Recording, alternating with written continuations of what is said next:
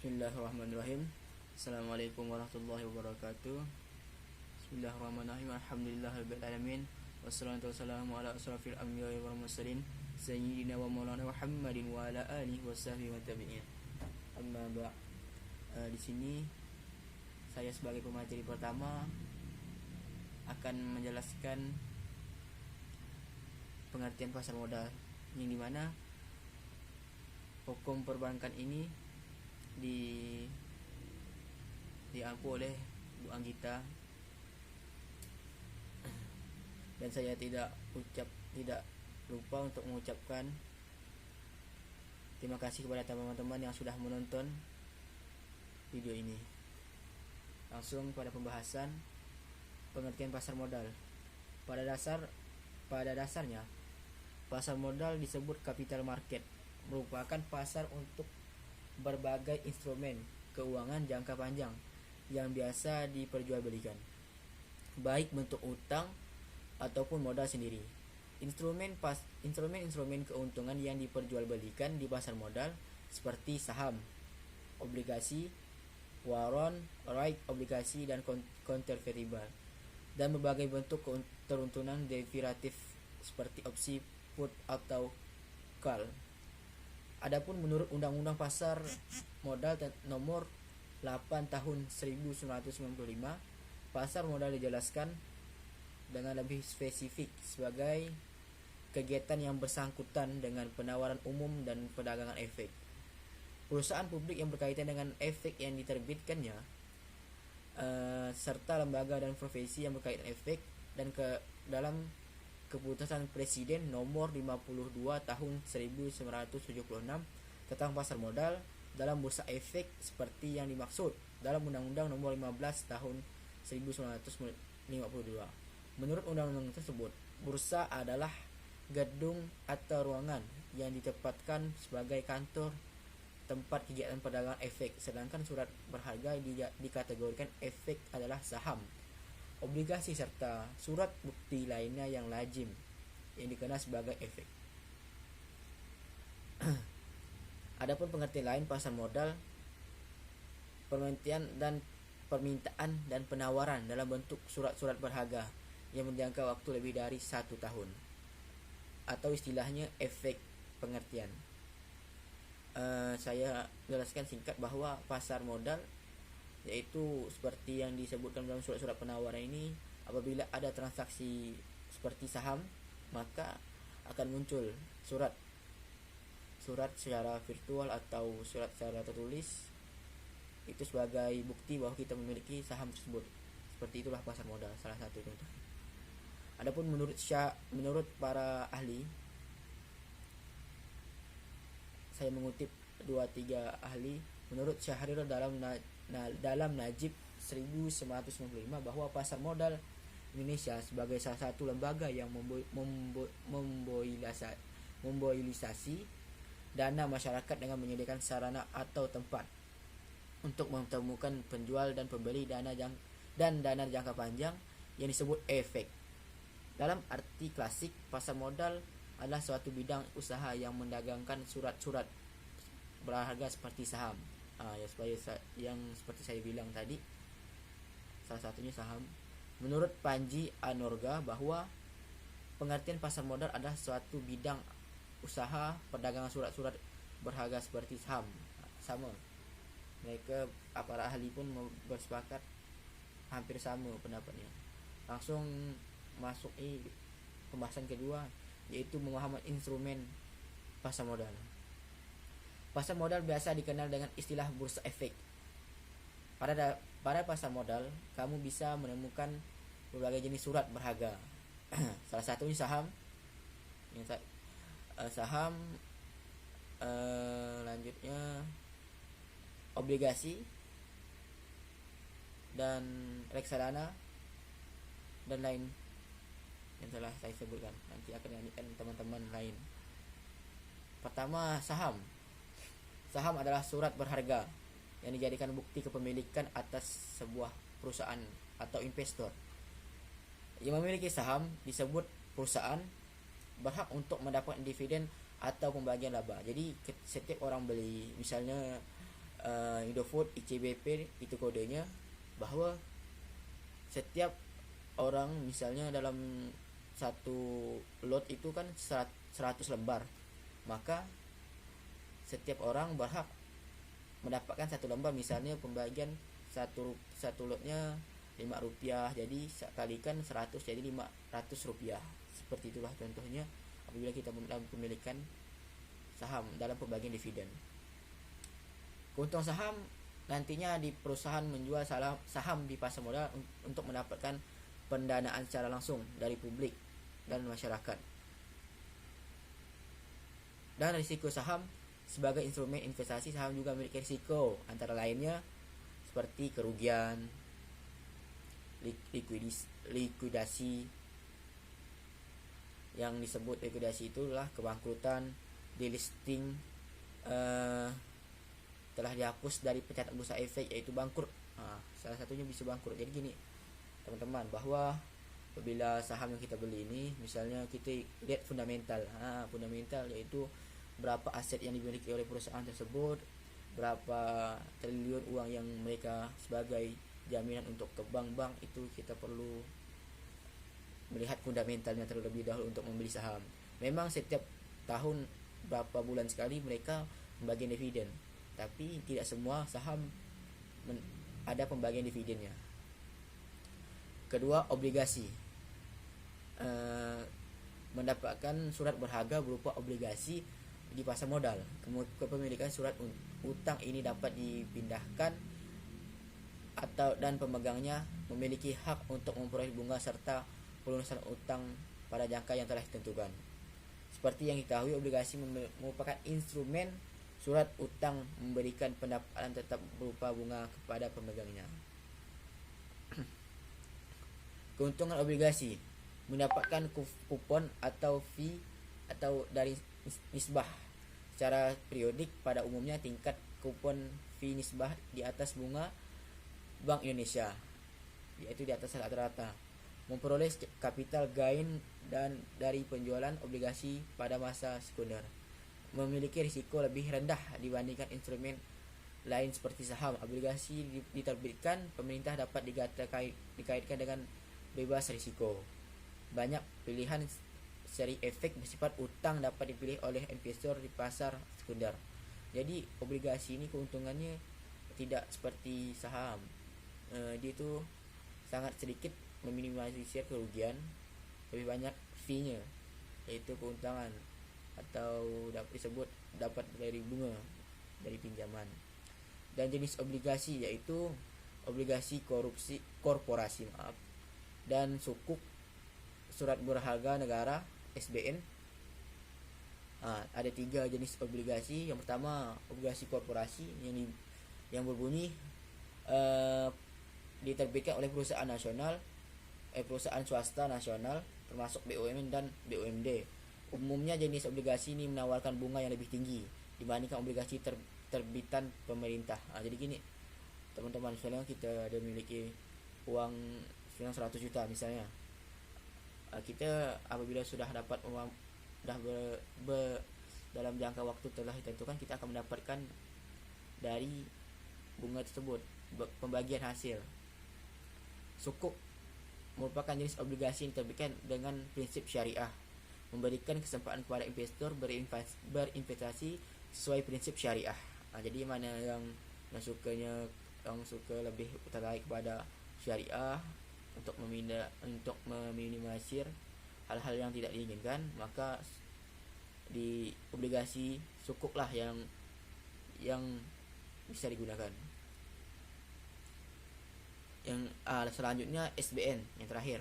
Untuk surat berharga negara terdiri dari surat utang negara dan surat berharga syariah negara.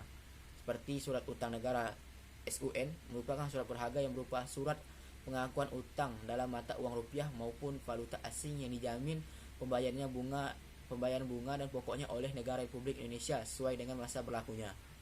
Yang kedua, surat berharga syariah SBSN atau sukuk negara adalah surat berharga negara yang diterbitkan berdasarkan prinsip syariah sebagai bukti atas bagian pernyataan terhadap aset SBSN baik dalam mata uang rupiah maupun valuta asing. Surat berharga ini sangat dapat berupa surat pengakuan. Jadi kita itu diakui untuk memiliki, bahwa kita ini memiliki obligasi dalam bentuk SUN atau SBSN. Mungkin hanya ini yang dapat saya sampaikan. Sekian, terima kasih. Maka akan dilanjutkan oleh Sri Ayu sebagai pemateri kedua dan Aji sebagai pemateri kedua. Sekian, terima kasih. Wassalamualaikum warahmatullahi wabarakatuh. Selanjutnya yaitu poin ketiga, reksadana. Mengacu kepada Undang-Undang Pasar Modal Nomor 8 Tahun 1995, Pasal 1 Ayat 27 didefinisikan bahwa reksadana merupakan instrumen investasi yang menjadi tempat untuk pengumpulan serta pengelolaan dana beberapa investor. Dana ini kemudian akan dikelola oleh manajer investasi menjadi berbagai instrumen seperti pasar uang, obligasi, saham, atau efek lainnya. Ada 3 hal yang terkait dari definisi tersebut. Yang pertama, dana dari masyarakat pemodal. Yang kedua, dana tersebut diinvestasikan dalam portofolio efek. Yang terakhir, dana dikelola manajer investasi. Manfaat reksadana. Reksadana dianggap sebagai salah satu alternatif investasi pendek bagi masyarakat pemodal, khususnya pemodal kecil dan pemodal yang tidak memiliki banyak waktu dan keahlian untuk menghitung resiko atas investasi mereka. Reksadana sendiri dirancang sebagai sarana untuk menghimpun dana dari masyarakat yang memiliki modal, mempunyai keinginan untuk melakukan investasi, namun hanya memiliki waktu dan pengetahuan yang terbatas. Tak hanya itu, reksadana juga diharapkan dapat meningkatkan peran pemodal lokal untuk berinvestasi di pasar modal Indonesia. Risiko reksadana. Perlu diketahui, nilai reksadana akan berfluktuasi mengikuti nilai instrumen yang ada di dalamnya. Jika reksadana saham, returnnya akan naik turun seiring dengan harga saham. Begitu pula dengan jenis reksadana lainnya, mengikuti harga instrumen yang menjadi komponen reksadana. Resiko lainnya adalah soal likuiditas, yang mana proses pencairan reksadana membutuhkan waktu sampai 3 hari sejak diajukannya. Poin keempat yaitu ETF. ETF atau Exchange Traded Fund merupakan semacam reksadana yang dijual lewat bursa efek, bukan lewat manajer investasi seperti reksadana pada umumnya. Sesuai namanya, ETF adalah instrumen pasar modal yang diperdagangkan di exchange atau bursa efek. Manfaat ETF. Sama halnya seperti reksadana, ETF juga memiliki manfaat, antara lain yang pertama, diversifikasi atas beberapa saham unggulan dalam sekali order, karena ETF terdiri atas berbagai saham dalam portofolionya layaknya sebuah dana. Yang kedua yaitu memanfaatkan fleksibilitas jual beli yang tinggi, karena dapat langsung melakukan pembelian maupun penjualan ETF selama jam bursa berlangsung selayaknya saham. Yang ketiga, manajemen fee ETF lebih rendah dibandingkan redaksana. Yang terakhir yaitu transparan, artinya informasi soal saham yang menjadi komponen ETF bisa dicek setiap saat. Resiko ETF. Layaknya investasi dalam reksadana, resiko dari ETF itu sendiri adalah fluktuasi harga saham yang menjadi komponen instrumen portofolio. Nilai ETF bisa jadi naik turun mengikuti harga saham. Karena ditransaksi lewat bursa, likuiditas ETF bisa terbatas. Bisa saja ketika ingin menjual ETF tidak ada yang membeli. Berbeda halnya dengan reksadana, di mana menjadi kewajiban manajer investasi untuk membayar investor kapanpun ingin menjual reksadananya, karena diperdagangkan di bursa efek. Ada spread harga jual dan dibeli di ETF. Spread tersebut cukup lebar di Indonesia akibat perdagangan ETF belum terlalu liquid. Selanjutnya poin kelima dari derivatif. Selanjutnya ada pula surat berharga yang berbentuk derivatif. Surat berharga ini dikenal sebagai bentuk turunan dari saham. Terdapat dua jenis derivatif yang bisa kamu temukan di pasar modal Indonesia, yaitu warrant dan right. Derivatif ada yang terdapat di bursa efek adalah derivatif keuangan atau financial derivatif. Derivatif keuangan ini merupakan instrumen derivatif yang mana variabel-variabel yang mendasarinya adalah instrumen-instrumen keuangan yang dapat berupa saham, obligasi, indeks saham, indeks obligasi, mata uang, tingkat suku bunga, dan instrumen-instrumen keuangan lainnya. Ada beberapa derivatif yang diperdagangkan di BEI, antara lain yang pertama IDX LQ45 dan IDX 30 Future. BEI menyediakan produk yaitu LQ45 Future dan IDX 30 Future. Kontrak berjangka dan future ini merupakan kontrak untuk membeli atau menjual saham underlying atau dapat berupa indeks saham, obligasi, dan lain-lain di masa yang akan mendatang. Kontrak indeks merupakan kontrak berjangka yang digunakan underlying berupa indeks saham. Yang kedua yaitu Indonesia Government Bond Future. Kontrak berjangka surat utang negara atau KBSUN atau dikenal juga dengan sebutan Indonesia Government Bond Future atau IGBF merupakan salah satu perjanjian yang mewajibkan para pihak untuk membeli atau menjual sejumlah saham surat utang negara pada harga dan dalam waktu tertentu di masa yang akan datang. Selanjutnya warrant. Warrant adalah hak yang diberikan kepada pemegang saham untuk membeli saham pada harga tertentu atau harga pelaksanaan atau exercise price pada jangka waktu tertentu sesuai dengan yang ditetapkan oleh perusahaan yang menerbitkan warrant. Warrant sendiri diberikan secara gratis dan merupakan hak sehingga jika tak dieksekusi tidak ada konsekuensinya buat pemegang saham, namun warrant bisa diperjualbelikan di bursa efek. Hal terpenting yang dapat diperhatikan adalah jangka waktu warrant.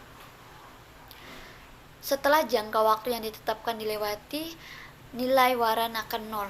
Warnanya tidak bisa dieksekusi jika sudah kadaluarsa atau melewati masa berlakunya. Tujuan perusahaan menerbitkan warrant adalah memberikan pemanis supaya orang mau membeli saham IPO. Agar penjualan saham primernya laku akan diberikan ekstra warrant. Selanjutnya opsi atau kontrak opsi saham atau disebut dengan KOS adalah salah satu produk derivatif dari saham. KOS dapat didefinisikan sebagai efek yang memuat hak untuk membeli atau hak untuk menjual atas suatu underlying stock atau saham perusahaan tercatat yang menjadi dasar perdagangan seri KOS dalam jumlah dan harga yang telah ditentukan sebelumnya. Karena KOS adalah produk derivatif, maka harga atau nilainya tergantung pada nilai saham yang menjadi acuan atas dasarnya. Selanjutnya manfaat KOS. Adapun manfaat dari KOS antara lain yang pertama sebagai sarana lindung nilai atau manajemen resiko. Yang kedua sebagai sarana untuk melakukan diversifikasi investasi. Yang ketiga menyediakan sarana spekulasi dengan manfaat kesempatan untuk mendapatkan keuntungan pada setiap kondisi pasar atau bursa. Yang terakhir, karena KOS merupakan salah satu produk derivatif, maka investor perlu memiliki pengetahuan dan pemahaman resiko yang memadai dan komprehensif. Selanjutnya poin ke-6, efek efek beragun aset atau EBA. Efek beragun aset atau EBA merupakan efek yang diterbitkan oleh kontrak investasi kolektif. Efek beragun aset yang portofolio terdiri dari aset keuangan berupa tagihan yang timbul dari yang pertama surat berharga komersial, tagihan kartu kredit, tagihan yang timbul di kemudian hari, pemberian kredit termasuk KPR atau kredit pemilikan rumah atau apartemen, efek bersifat utang yang dijamin oleh pemerintah, sarana peningkatan kredit atau arus kas, yang terakhir aset keuangan setara dan aset keuangan lain yang berkaitan dengan aset keuangan tersebut. EBA Bank atau BTN salah satu contoh EBA yang telah berjalan cukup lama adalah EBA yang diterbitkan Bank BTN dari tagihan pinjaman KPR. Bank BTN memiliki tagihan KPR dari pinjaman yang diberikan kepada nasabahnya. Jika menunggu sampai pinjaman lunas, BTN harus menunggu cukup lama. Untuk tenor KPR umumnya cukup panjang. Untuk mendapatkan arus kas yang lebih cepat, maka BTN menjual tagihan KPR tersebut dalam bentuk EBA ke bursa. Pembeli yang berinvestasi di EBA akan membayar ke BTN, sementara mereka akan mendapatkan pengembalian dari pembayaran cicilan tagihan KPR BTN tersebut. Manfaat yang diperoleh dari berinvestasi di EBA adalah menjadikan alternatif investasi pada surat berharga yang menawarkan rating terbaik, tenor jangka panjang dan aman, meminimalkan resiko dengan cara lain, pemilihan KPR yang hanya berkualitas dan diversifikasi wilayah organisasi KPR. Selanjutnya poin C, para pemain di pasar modal. Dalam kegiatan pasar modal ada pihak yang menjadi pemain utama pelaku pasar modal. Disebut pemain utama pasar modal karena pihak-pihak inilah yang paling berperan dalam perdagangan efek. Pemain utama pasar modal tersebut terdiri dari 5 pelaku pasar modal yang meliputi emiten, investor, penjamin emisi, perantara perdagangan efek, dan manajer investasi. Emiten adalah pihak yang melakukan penjualan surat-surat berharga kepada masyarakat atau go public dengan cara menerbitkan efek berupa saham atau obligasi di bursa. Atau dapat juga dikatakan bahwa emiten adalah perusahaan atau pihak yang akan melakukan emisi di bursa. Emiten dapat berasal dari pihak swasta atau badan usaha milik negara atau BUMN. Yang kedua yaitu investor.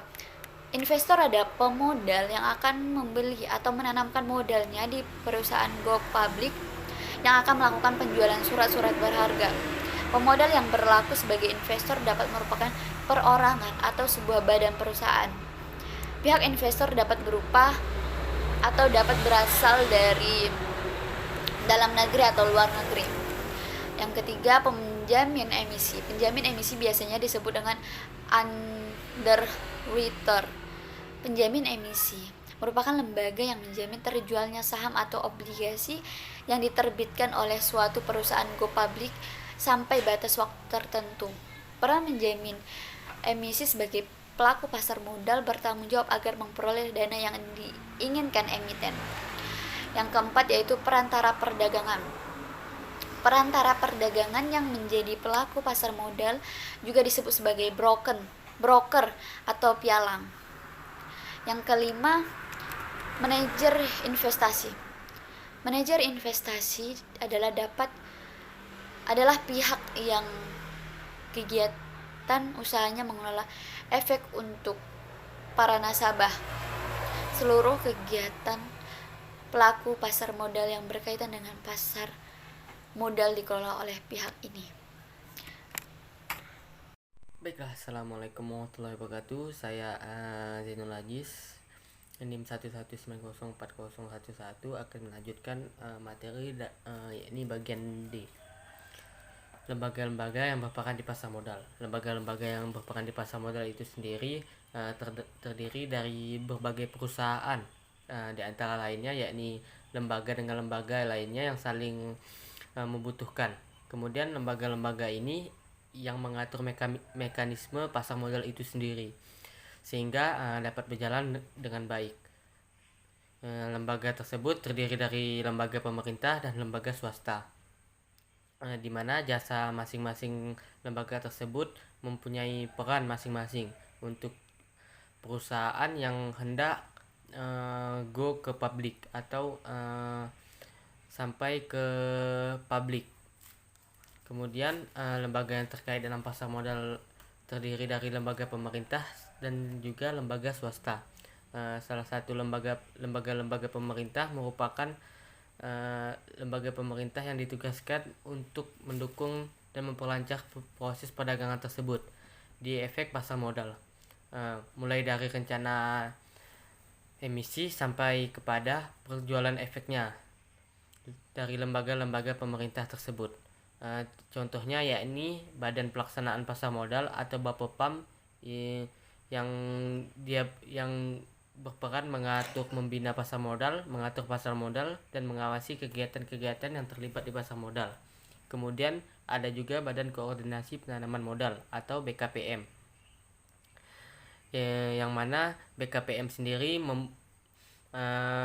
dalam penanaman modal yang memuat antara lain komposisi dan jumlah dana investasi, kemudian adanya besarnya modal dasar perusahaan, kemudian batas waktu penyetoran modal, dan komposisi pemegang saham. Yang selanjutnya ada departemen teknis, di mana departemen teknis ini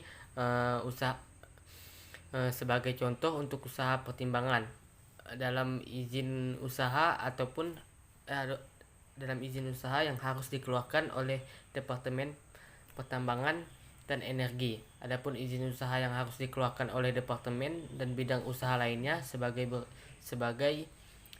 berikut. Yang pertama yakni dalam izin usaha bidang keuangan sendiri dan perbankan dari Departemen Keuangan melalui Bank Indonesia. Kemudian dalam izin usaha bidang pengangkutan dari Departemen Perhubungan.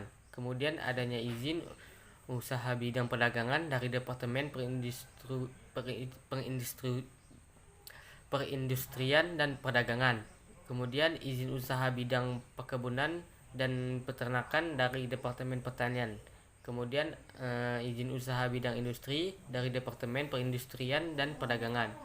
Ada juga izin usaha bidang pariwisata dan Departemen Pos dan Telekomunikasi. Yang terakhir yakni Departemen Kehakiman. Dari Departemen Kehakiman ini bagi perusahaan yang berbentuk perseroan terbatas sebelum didirikan, maka anggaran dari perusahaan terlebih dahulu harus disahkan oleh Departemen Kehakiman. Anggaran dasar ini sebelumnya dibuat di depan notaris, kemudian didaftarkan di pengadilan negeri setempat untuk kemudian disahkan oleh Departemen Kehakiman dan diberikan dalam lembaran berita negara. Adapun tugas Departemen Kehakiman sendiri yakni mengesahkan anggaran dasar perusahaan dengan memperhatikan hal-hal yang menyangkut yakni seperti jumlah modal dan komposisinya, jumlah modal yang telah disetor, kemudian susunan dewan direksi, jumlah komisaris dan wewenang masing-masing, dan juga pelaksanaan RUPS. Kemudian setiap perubahan anggaran dasar harus diketahui dan disetujui oleh Departemen Kehakiman itu sendiri. Yang selanjutnya ada lembaga-lembaga swasta. Di samping lembaga-lembaga pemerintah, ada juga lembaga swasta. Yang terdapat beberapa lembaga swasta yang memegang peranan penting dalam menunjang keberhasilan kegiatan pasar modal itu sendiri.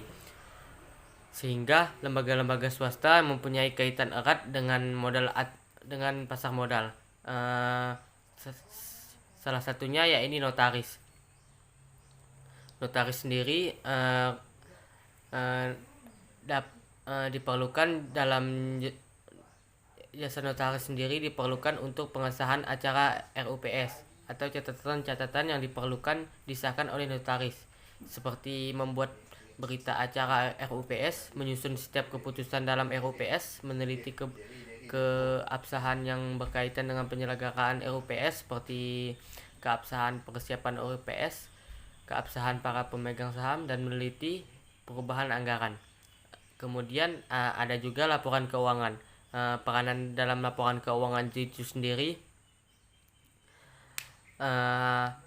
dari hasil penelitian oleh laporan keuangan seperti wajar tanpa syarat, yaitu pendapat ini dikeluarkan apabila laporan keuangan disusun dengan prinsip-prinsip akuntansi Indonesia atau PAI tanpa ada sesuatu catatan atau kekurangan. Kemudian ada pendapatan kualifikasi, yang mana pendapatan wajar dengan kualifikasi atas penyajian laporan keuangan tersebut dikarenakan tidak sesuai dengan PAI tersebut. Kemudian pendapat tidak setuju atas penyusunan laporan keuangan yang telah disusun. Kemudian ada juga menolak, yakni menolak memberikan pendapat secara profesional seperti yang dipersyaratkan oleh NPA. Kemudian yang selanjutnya ada konsultan hukum. Konsultan hukum sendiri bertugas memberikan pernyataan-pernyataan tentang keabsahan dari dokumen-dokumen yang telah diajukan kepada konsultan hukum sendiri. Tugas konsultan hukum yakni mereka meneliti secara sungguh-sungguh atas dokumen-dokumen yang dipersyaratkan. Hal yang perlu mendapat penelitian atas konsultasi hukum tersendiri yakni akte pendirian dan anggaran perusahaan beserta perubahannya jika ada. Kemudian ada juga penyertaan modal oleh pemegang saham seperti go public. Kemudian ada penilaian usaha, status kepemilikan dan aktivitas perusahaan, perjanjian yang telah dibuat dengan pihak ketiga jika ada. Kemudian ada juga kemungkinan ada gugatan atau tuntutan. Selanjutnya ada penilaian. Penilaian sendiri untuk menilai kewajaran dari nilai suatu akta seperti tanah, mesin, gedung, mobil, dan aktivitas lainnya. Diperlukan jasa penilaian yang profesional. Penilaian akan menilai beberapa nilai yang wajar sekarang. Dan setelah dilakukan evaluasi sehingga seluruh nilai aktivitas dapat diketahui secara jelas dan benar. Kemudian yang terakhir yakni konsultan efek. Konsultan efek sendiri bertugas memberikan pendapat tentang keuangan dan manajemen emiten. Konsultan efek ini memberikan konsultan tentang jenis dana yang diperlukan, pemilihan sumber dana yang diinginkan, dan struktur pemodelan yang tepat. Sekian penyampaian dari kelompok kami, kurang lebihnya mohon maaf. Wabillahi taufiq wal hidayah. Assalamualaikum warahmatullahi wabarakatuh.